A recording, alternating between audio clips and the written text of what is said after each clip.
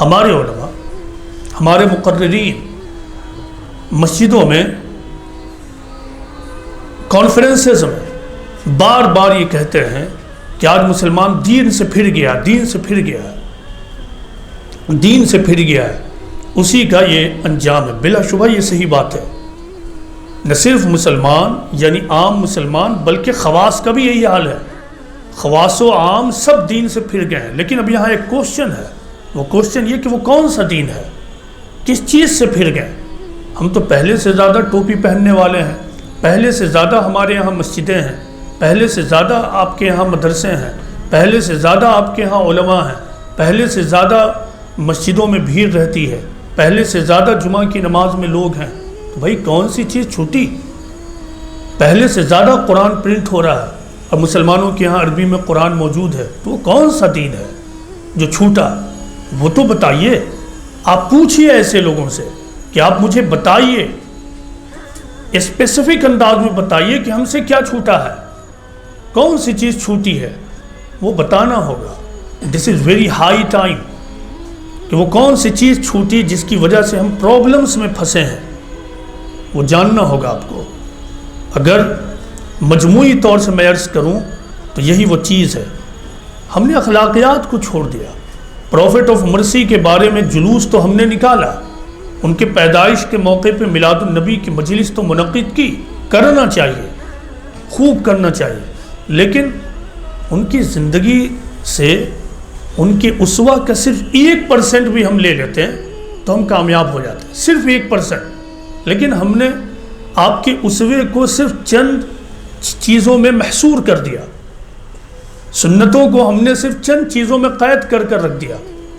مثلا ہم نے سمجھا کہ ایک خاص قسم کا ڈریس پہن لیں، خاص موقع سے عطر لگا لیں، خاص موقع سے سرمے کو لگا لیں، موقع ملا داڑھی بھی رکھیں، بس انہی چیزوں کو، مسواک بھی استعمال کر لیں۔ بس یہی 4-5 چیزیں ہیں جو آج امت کے اندر سنت کے نام سے مشہور ہیں۔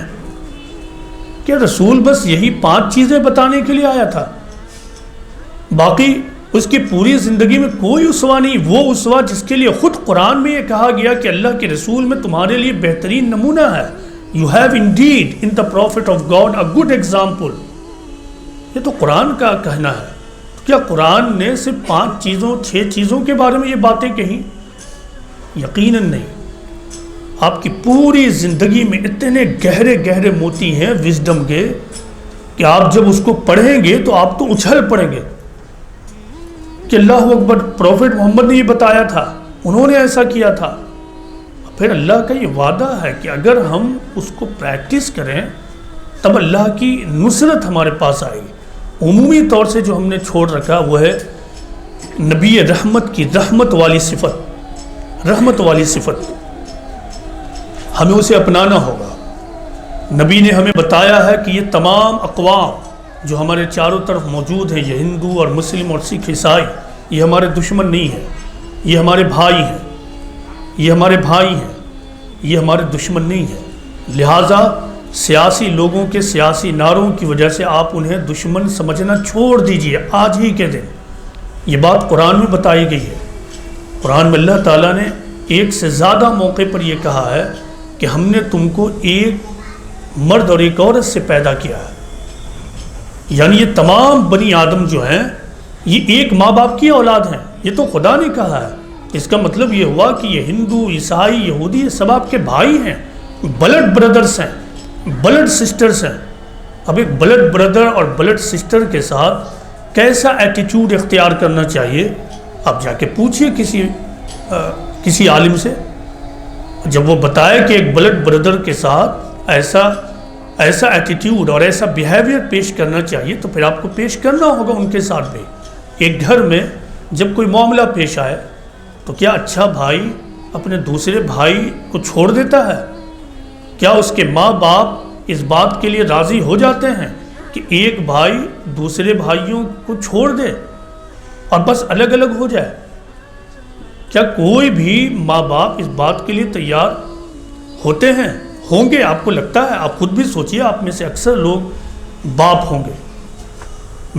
میری آواز عورتوں تک بھی پہنچ رہی ہے، جو عورتیں بیٹھی ہیں وہ سوچیں کہ کیا ان کا دل کبھی اس بات کی اجازت ان کو دے گا کہ وہ ایک بھائی کو صرف اس لیے کہیں کہ ہاں تم دوسرے بھائی سے دشمنی کر لو کیونکہ اس نے تم سے تمہاری دنیا چھینی ہے؟ کوئی ماں باپ ایسا نہیں کہہ سکتا ہے اگر وہ حقیقتاً ماں باپ ہے۔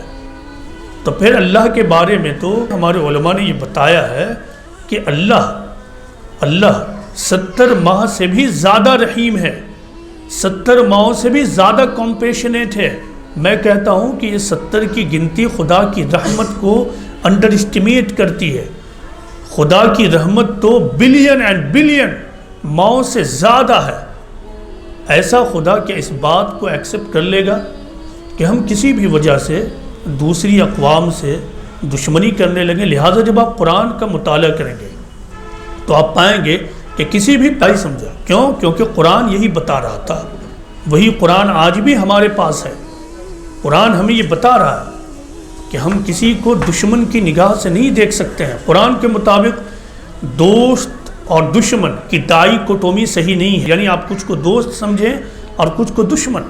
قرآن کے مطابق دوست اور پوٹینشیل فرینڈ کی کیٹیگری ہے، یعنی اگر کچھ لوگ آپ کے دوست ہیں تو کچھ لوگ آپ کے امکانی دوست ہیں، یعنی وہ آپ کے دوست بن سکتے ہیں۔ لہٰذا قرآن میں ہے کہ وَلَا تَسْتَوِي الْحَسَنَةُ وَلَا السَّيِّئَةُ اِدْفَعْ بِالَّتِي هِيَ أَحْسَنُ فَإِذَا الَّذِي بَيْنَكَ وَبَيْنَهُ عَدَاوَةٌ كَأَنَّهُ وَلِيٌّ حَمِيمٌ۔ اور تم ان کے بری بات، برے عمل کے جواب میں بری بات پیش نہ کرو، تم اس کے لیے تم ان کے جواب میں بہتر سلوک پیش کرو۔ تو پھر تم دیکھو گے کہ جو تمہارے دشمن تھے وہ تمہارے قرابت دار، رشتہ دار کی طرح ہو گئے۔ یہ قرآن میں بات بتائی گئی ہے۔ تو کیا قرآن کی آیتوں پر آپ کا یقین نہیں ہے؟ میں آپ سے پوچھنا چاہتا ہوں کہ کیا آپ کو قرآن کی آیتوں پر یقین نہیں ہے؟ اگر آپ کو یہ لگتا ہے کہ معاشرے میں یا آپ کے ملک میں کچھ لوگ آپ کے دشمن ہیں تو آپ یہ ذہن سے نکالیے، آپ ان کو امکانی دوست سمجھیے، ان کے لیے دعائیں کیجیے، ان کے لیے خوب دعائیں کیجیے اور اپنی طرف سے اچھا رویہ پیش کرنا شروع کر دیجیے۔ یہ اسلام کی ٹیچنگ ہے، یہ اسلام کی ٹیچنگ ہے۔ آپ کو یاد ہوگا کہ پروفٹ محمد کی لائف میں کچھ لوگ بہت زیادہ آپ کی مخالفت کر رہے تھے، یعنی مخالفت میں وہ لیڈرشپ کر رہے تھے۔ اس میں ایک شخص کا نام ہے ابو جہل۔ آپ کو یہ بھی معلوم ہو کہ حضرت عمر بھی انہی لوگوں میں سے ایک تھے۔ روایت یہ بتاتی ہے کہ یہ دونوں لوگ اپنے زمانے کے بہت ہی زیادہ انٹیلیجنٹ اور انفلوئنسو لوگ تھے۔ جیسے آج بہت سارے انفلوئنسو لوگ ہیں جن کو ہم غلطی سے اپنا دشمن سمجھتے ہیں۔ پروفٹ محمد نے کیا کیا؟ کیا ان کے بارے میں بد دعائیں کی؟ کیا کوئی آیت آپ دکھائیے گا کہ آپ نے ان کے لیے بد دعائیں کی؟ پروفٹ محمد نے ان کے لیے باضابطہ دعائیں کی کہ اے خدا ان دونوں میں سے کوئی ایک مجھے دے دو، ان عمرین میں سے ایک مجھے دے دو۔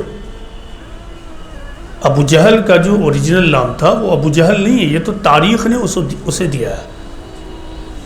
ابو جہل کا اصل نام تھا عمر بن ہشام، اور حضرت عمر تو عمرین یعنی دو میں سے ایک۔